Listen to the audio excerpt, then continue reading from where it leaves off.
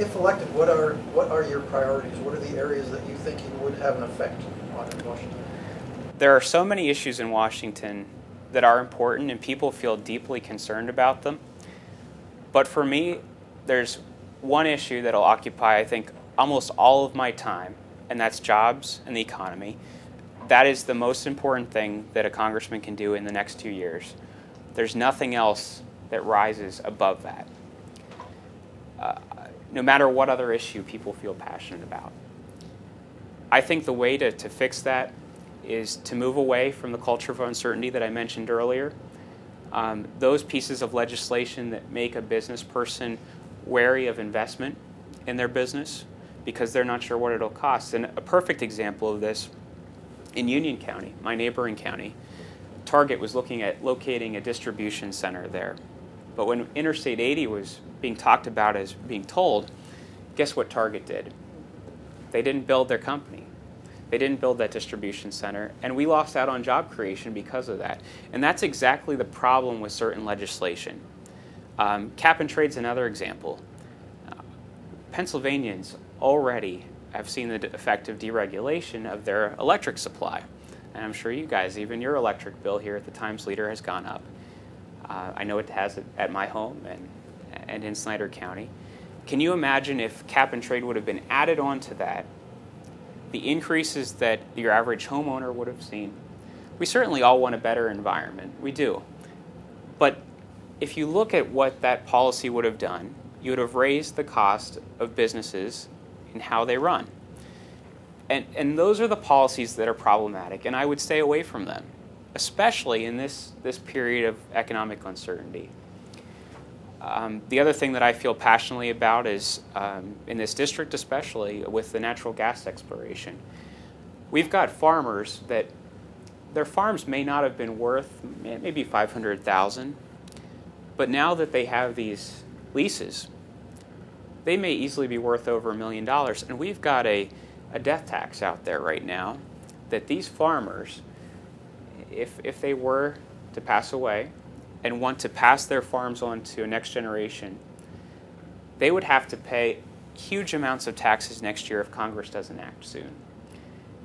And what I feel is the bottom line, if we don't fix that problem, we're going to see family farms, dairy operations especially, where someone will inherit them but not be able to pay the taxes. And it's 45%.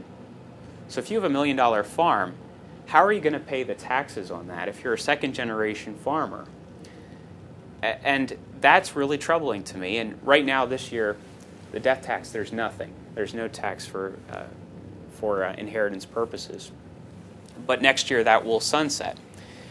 And we need Congress to act now, and I think that's a vital interest to our communities, not just for the farm communities, but also for your small businesses.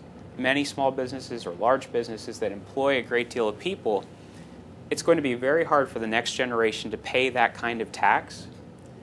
And if they can't, farmers will be forced to subdivide. You'll see a change in the landscape of the Northeast.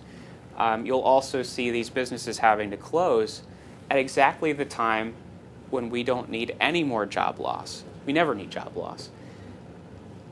Another aspect that I think is very problematic with the health care bill is that we lumped the student loan industry into that proposal. And I know that it's gotten some coverage in the Northeast here with Sally Mae's headquarters in the 11th District, but people from the 10th undoubtedly work there. And in my part of the district where I live, in Snyder County, many of our folks work at FIA in Harrisburg, another student loan processing center.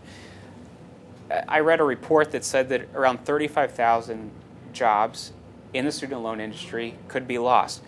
When unemployment is as high as it is today, should we really do anything that affects unemployment in the adverse? I don't think we should. So what I'm talking about is a business-friendly environment where we can see businesses grow, where we can see real incentives for job creation. How do you convince voters in the district that you're the strongest challenger to Carney? I feel strongly that in my past service in elected positions, I've always carried myself with the highest standard in ethics. all through my life, I've been involved in the scouting program. I'm an Eagle Scout. I've been a Boy Scout merit badge counselor for the last few years. My wife and I, we live the way we talk. We're absolutely committed to this district. I've lived here my entire life. I've studied at Susquehanna. I chose to stay here because I feel so strongly that this is a good place to live and work and raise a family. I don't have any children right now, but this is just a wonderful place to be. I also feel that I'm a candidate that, if you look at my experience as a county commissioner, my first month on the job, the district attorney came to me and said, one of your employees is selling something on eBay that's a county property. I didn't wait around. That person was terminated from employment. We actually let our 911 director and deputy director go because of that. I have no tolerance when people violate the public trust. And in a climate right now where we see so many public servants taking the wrong route and doing things that should never have happened, I think it's extremely important that we elect individuals that have the higher standard of ethics, the highest standard of ethics. And that's what I offer. I don't have any baggage. I'm a young, new perspective in politics. Many people in the Northeast don't know me.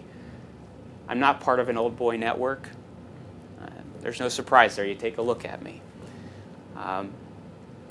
Certainly, I'm a candidate that'll work hard for the district. I know who I'd be working for. I know who my bosses are. And that's ultimately what you expect from your representative. So you're suggesting that voters will look at the three candidates in this particular primary and say that they have some doubts or qualms about the ethics of some of the other candidates, that you rise above the other two? Or I wouldn't say that. I would just simply say it's important that every voter vet their candidates.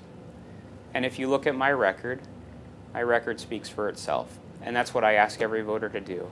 I'm not here to talk about the other candidates. I'm here to talk about my strengths. And that's how I feel about them.